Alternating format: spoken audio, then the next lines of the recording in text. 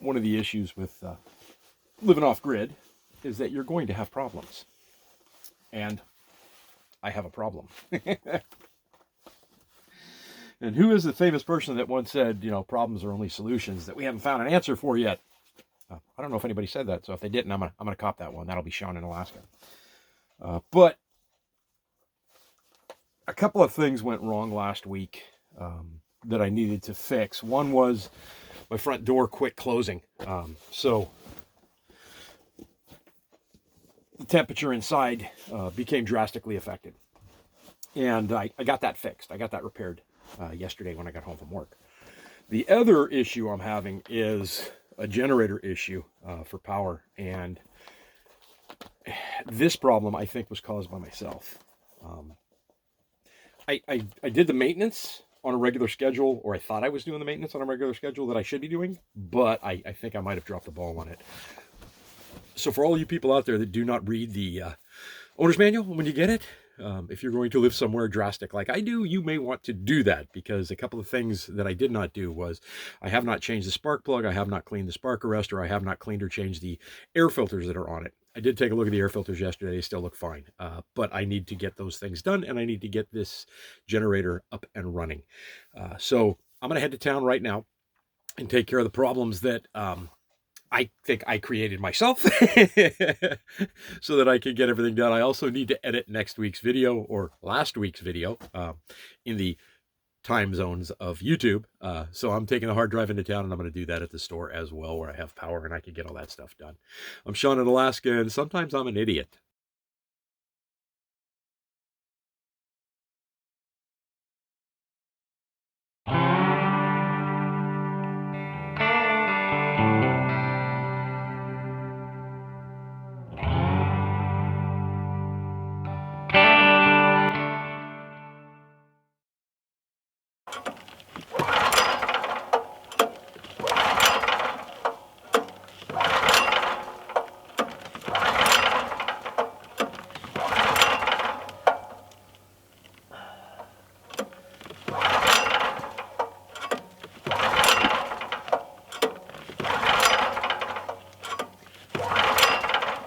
Oh, no.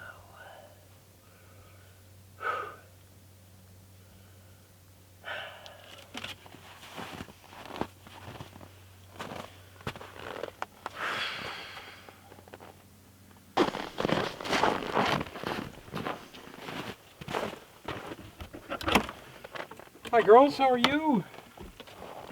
How's my ladies doing today, huh?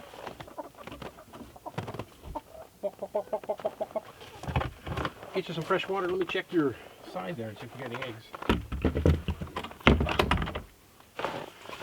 Oh.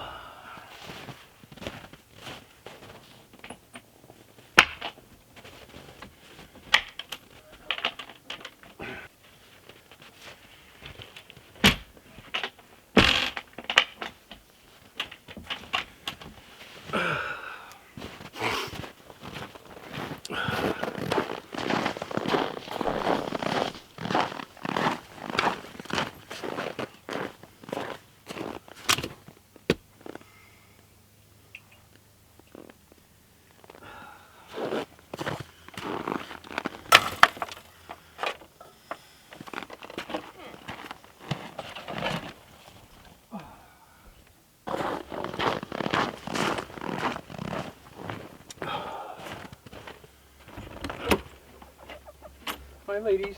Want some water? Here, come on, move. Move. Come on, move. Hello, pretties. How are you?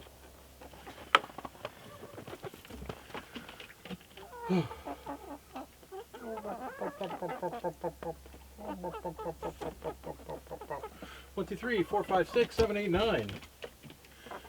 Hi. How we doing, Red? Pretty girl. You guys are going to knock each other all over the place. I'm going to close this. Hey, come on. I'm closing it. Move your feet. Move your toes. Oh, hello, pretty. Hello, pretty. You'll be thawed for a while now, girls. It's not that cold out today. Come on, move. Thank you. Move your toes. All toes move. All toes in. Hi, pretty girl. Oh.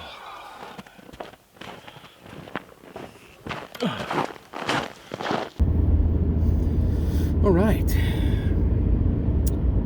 It's Friday, the 17th of December, and headed home now to fire up the generator. And if, in fact, I do get the generator fired up and it does work, because I've been having some issues with it, had issues with it yesterday, then you saw a video yesterday, or last Sunday. And if I didn't get the generator fixed, then that's why I didn't have a video. Stopped off at Keno River Brewing Company to pick up a 6-pack to take home, and headed out that way now. Hope you had by the time you see this, it'll be December 26th, and I hope you had a wonderful Christmas with you and your families, or by yourself, however you celebrate Christmas, Hanukkah, whatever you celebrate this time of year. I hope it was wonderful for you. Lord knows mine's going to be. Like I said, I'm doing this a week before, so I haven't actually had it yet. If you missed it, I was live all day on Christmas, or for quite a while on Christmas Day. Thought it'd be fun to do that and spend Christmas with folks that may not have anybody to spend Christmas with. I'm going to do the same thing on New Year's Day, and then we'll reevaluate where we're going to go with the lives after that point. Doing them every Saturday through the month of December has been a ton of fun, giving me a chance to connect one-on-one with a lot of people and enjoying your questions, your comments. It's been a blast. It's been a total blast. I'm headed home now to fight with the generator, and the fight that I'm having is it got too cold, and I was nervous that I was going to destroy the battery by leaving it out there hooked up to the generator. So I disconnected and took off the battery, and for the last 3 or 4 weeks I've been starting it with the pull start. And it's been working, no problem at all. But yesterday, I thought I'd fire it up, warm it up, and change the oil in it. And tried to start it with the pull start. I think I flooded it because I could not get it to start. So I grabbed the battery out of the house trailer and connected it back up again and used the push button start on it so that it would do all the functions that it's supposed to do. It's a pretty awesome generator. And probably about an hour into trying to start it and then leave it alone, try and start it, leave it alone, it almost got going. It was doing really well. But I had to take the battery off because I was afraid I was going to run the battery dead. So I'm going to go home now, and I'm going to plug the battery into it. Temperature outside is 20 degrees Fahrenheit, above zero. That's a bonus. And see if we can't get that thing fired up. Fire it up and get it warmed up, and then change the oil in it, and then fire it up and charge everything off, top everything off on the charge. I haven't been able to charge my indoor battery or a lot of my electronic equipment in the last couple of days because I haven't fired up the generator. I do not like running it when it's 15 below and colder. I just get really nervous that that machine is not going to be able to handle it.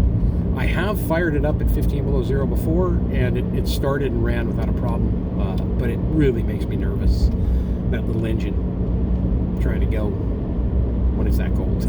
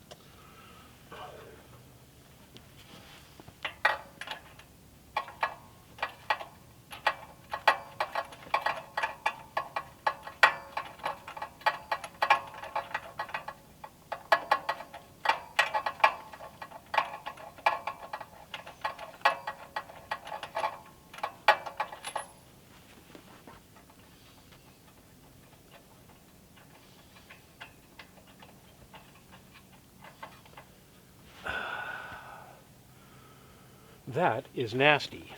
That is very, very nasty.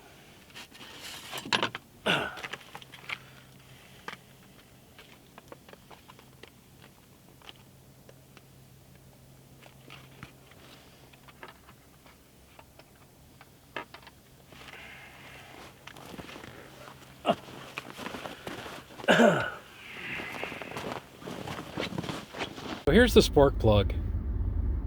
Look at how nasty that is. Let it focus in there. Come on, focus. And, I mean, even the backside was just trashed. So I'll go ahead and I'll pick up 4 more of these this week in town, so I have some extra ones sitting around here. But yeah, that was a nasty spark plug, and I don't know how much of that was caused by the fact that there was so much back pressure with the crap in the spark arrestor or what. But yeah, not a good thing. I really need to charge this battery. Whoa, hello. There we go.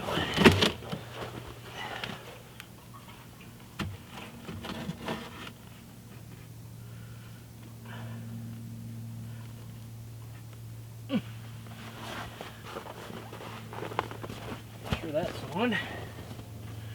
That's on.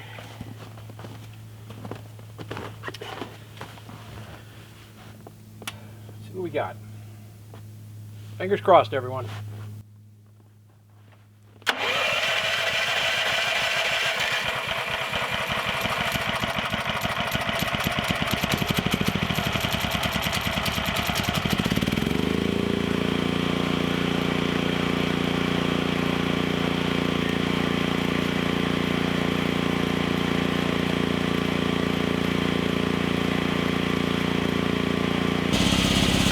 So I've got it plugged in to put a load on it to get it to do what it's supposed to do, but I think I might have another issue going on. Obviously the spark plug was a major issue. And part of it could be too that it was just frozen solid and cold. I'm sure I've gotten some moisture into the fuel, so I'm gonna pick up some stabilizer probably tomorrow after work, but at least now I've got it started finally and it's somewhat still running. It's just not doing its acceleration thing on its own, which it should do when it's got a load under it. And that kind of makes me a bit nervous. But I'm going to play around with a couple of things inside and see if they work and try and put a charge on my battery and see if it maybe accelerates it a bit. But it looks like crisis averted. That is a nasty looking spark plug, and I had no idea that I needed to replace that every 300 hours. Amazing what reading the owner's manual will do, right?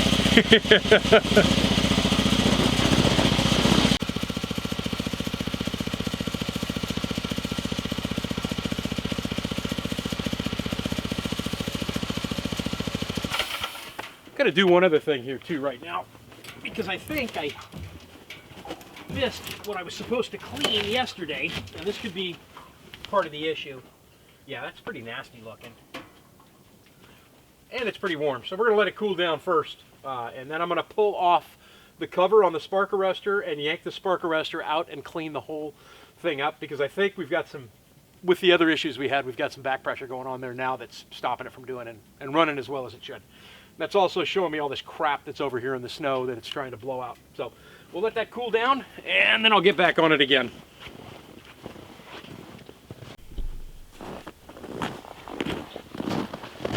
So I know there's going to be some of you out there that raise chickens that are chicken people that think that these birds have to have free and unobstructed access to water 24/7, and I would fully agree with you. I have a problem though. I live off the grid. I have no way to keep their water thawed out, and I am gone for roughly 10 hours a day. And there's nothing that I can do at this point to keep their water completely thawed out on a regular basis. But they're not any worse for wear because of it. Hi, come here. You're gonna be on camera. You're gonna be a hero. Easy, easy, easy.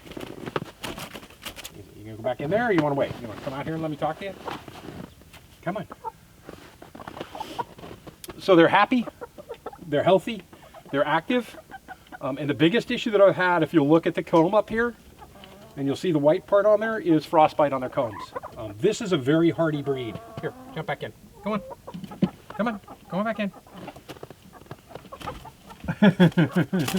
You're like, nope, not going to happen. Come on. There we go. These are Rhode Island Reds, and they're, like I said, a very happy chicken, and they don't have any issues other than the length of their comb. So in Alaska, honestly, the breed that I should be using is one with a shorter comb that doesn't have as big of an issue, because obviously anything that sticks out long from the birds is going to be susceptible to frostbite. The feet on all of my chicken, I check them pretty much every single day, have been fantastic. So I'm really not worried about them. If anything, I'm amazed at how strong this animal really is. It just blows my mind.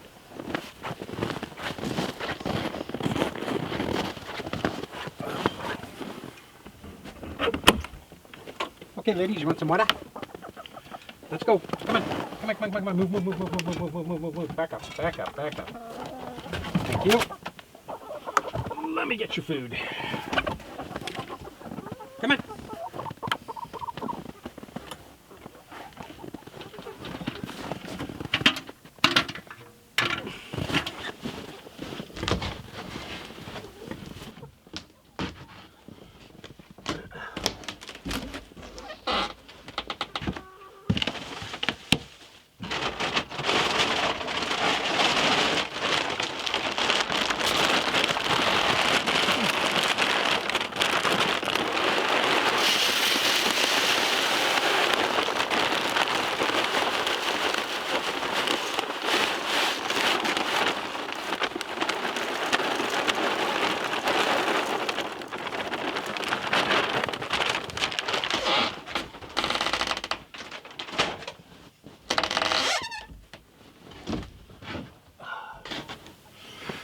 I feed the chickens 20% protein pellets, and I pretty much let them eat whenever they want to.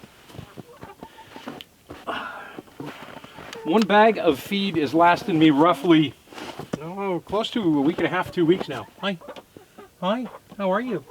1, 2, 3, 4, 5, 6, 7, 8, 9s. How are you, 9s? I gotta clean you up. You're a mess. You're a mess. Okay, ladies, you're gonna have to move. Come on. Yeah. Come on, move it. There we go. Get you move back over here as well. I got some more room for you guys to all drink. You're eating right out of the top. The only place I have any ice buildup in the coop at all is right on this door and the post on the inside here. And that's because that's where I put the water on a regular basis, and I think that they're jumping around in there and splashing around on it. But nowhere else, anywhere, on the walls, on the roosts, on the ceiling, is there any ice buildup at all. So that part is working well. See ya. Have a good day, girls.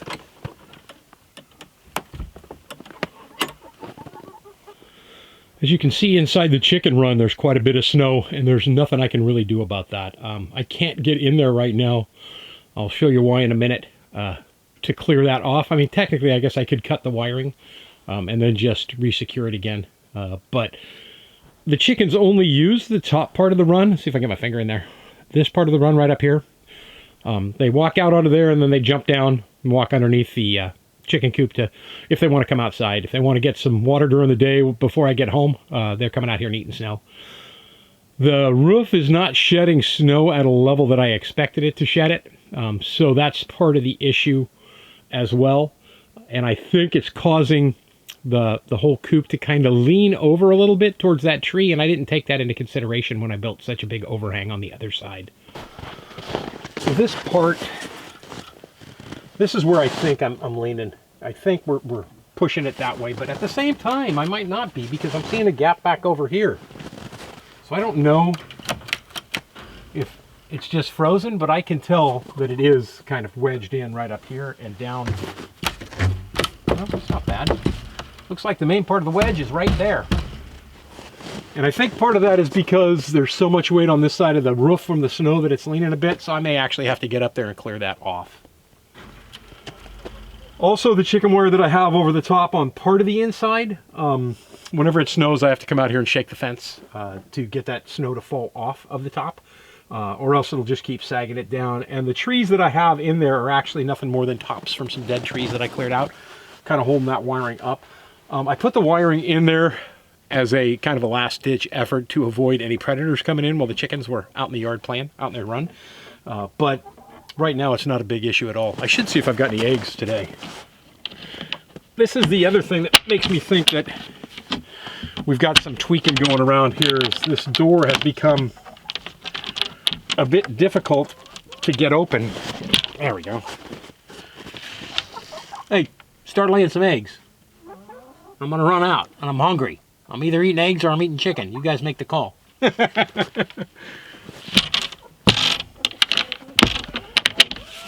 So yeah, with the tweaking of the coop, I think that I'm gonna have to do something different. Maybe pull the snow off the top of there and do something different all the way around with how it sets. It might be settling, it might be heaving too from the ground underneath.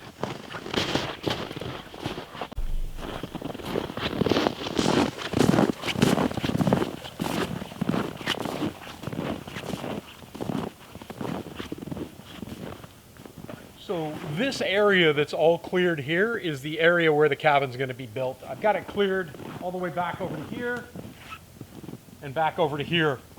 For a better view of what that looks like, I'm going to go ahead and show you some drone footage of when I run the snowblower through here, because the snowblower is actually showing you the whole area from above.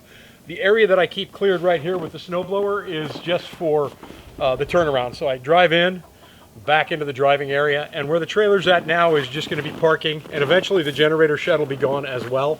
I'll probably use that for, I don't know, maybe some campfire wood, that kind of stuff.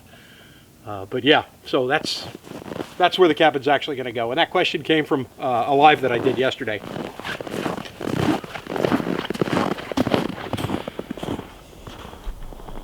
Door problem is fixed. What I ended up doing was taking this plate off completely and then unscrewing both of these and then flipping the doorknob out and sliding it out. And it turned out that the mechanism inside here was all full of ice. So it wasn't allowing this striker to, or this latch, whatever it is, to come out all the way. And then I went ahead and also repositioned the striker. So now, there's ice on the inside there. So now when I close her, she latches. But not tight. It never latched tight though, so that's okay.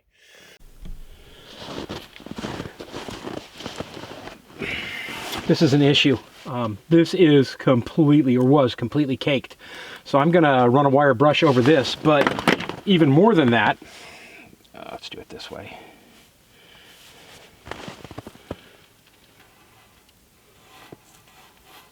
Look at the stuff that's coming out of there. It's loaded. So I'm going to fire this up just for a minute and let it run with nothing on there to try and blow out what's inside of there. And then I'm going to clean this before I do that so that I can put everything back together really quickly. But yeah, this is something, again, that I just didn't read the owner's manual thoroughly enough and realized that at 300 hours I needed to check this. So I'll be checking this now at 200 hours to make sure that it doesn't maintain a problem.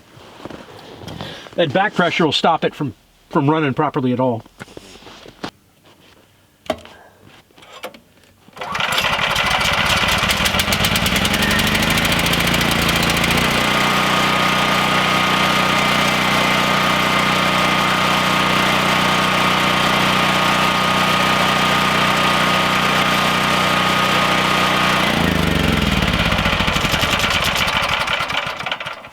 So a combination of multiple things caused this issue to happen. The first of which is my ignorance. And, you know, if you're going to do this, then I'm going to tell you right now it'll be your ignorance too if you allow this to happen.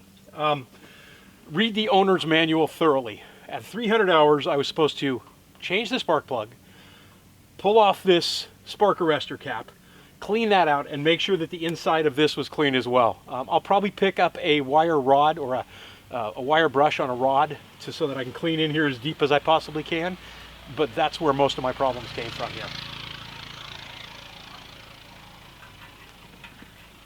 So we are going to put this thing back together, and should everything work the way it's supposed to,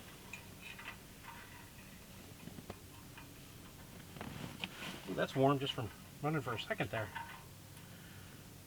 we should have plenty of power and be good to go.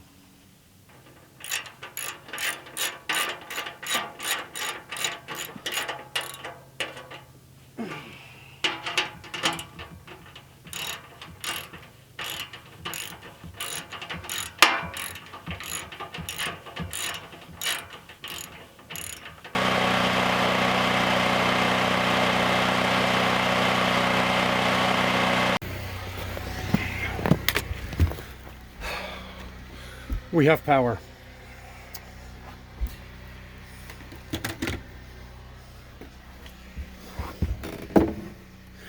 All right, I need to charge a few things, obviously.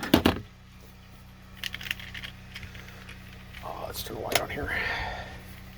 And this ring light from Woolly Rhino, from Jim, just an awesome, awesome light. I was running that because I was afraid to use all of the lights for the battery because I hadn't charged it in so long. And it drew almost no power at all. The counter's a mess. Okay, now I need my battery charger.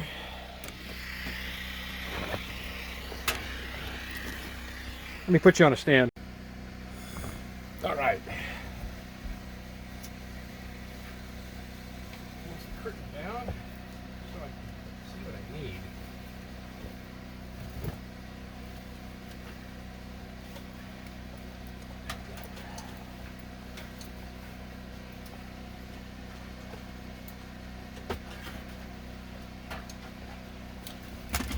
Come on.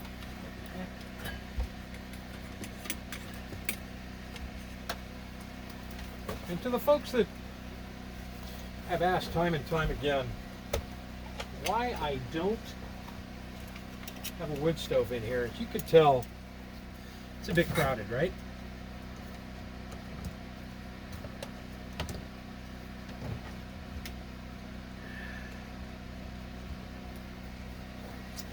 It is very, very crowded in here without one. And I don't know how I could put one in here without losing very valuable space. Okay, let's do this right here now.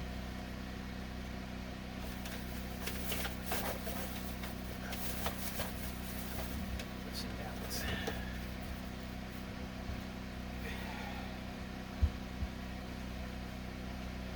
All right, charger's plugged in.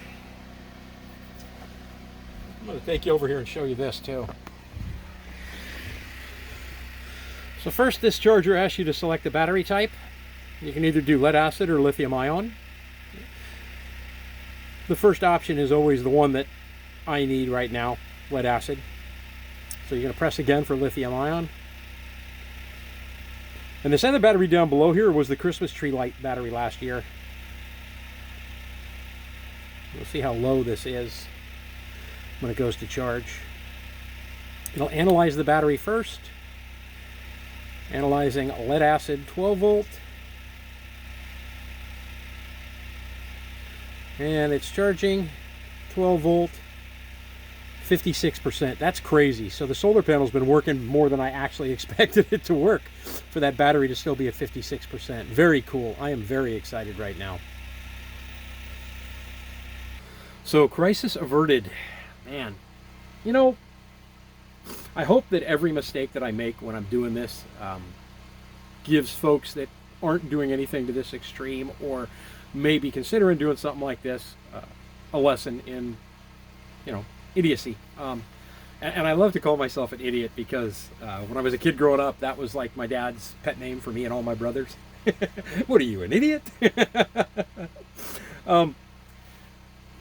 But the entire fiasco that I just went through with the generator was 100% on me and 100% preventable if I would only read the owner's manual. I've used that generator quite a bit more than I ever thought I would, just because of keeping everything charged up and all the electronics where they need to be and all that stuff. And while I've been diligent about changing the oil on a regular basis, if I would have just read to the next chapter, I would have learned that I also had to pull out the spark arrestor, make sure that that was clean, And I did not do that, and then I had to change the spark plug at 300 hours, and I didn't do it. I took that spark plug that's real nasty, and I'll get a close-up picture of it so you can see how bad it was. So I took the spark plug that was really nasty, and I've got it sitting in the truck because I'm going to buy 4 more of those so that I always have them at home and I never have to deal with this again. But yeah, crisis averted and done in on a day when the temperature is actually pretty reasonable. Pretty awesome though. I'm pretty excited about that. I hope you guys had a wonderful, wonderful Christmas. I'm sure mine will be. I'm gonna spend, I think, the rest of this week with all the camera gear, taking pictures and drone footage and all that fun stuff. To start off the new year with a decent video, and then I'm gonna do a video, my first official one. This one will come out on New Year's Day, but my first official one after that, or no, this one will come out on the 26th. So the one after that on New Year's Day, I'm going to do the same thing I did last year, and I'm going to talk about my goals, where I've been, how far I've come, and I hopefully will be able to do a much better job of it on this year's than last year's, because last year's was terrible. All right, I'm going to get everything else plugged in here and get myself all wired in and get my laptop back up and turn on the TV and maybe watch a movie. But yeah, I'm pretty happy and pretty excited right now, if you can't tell.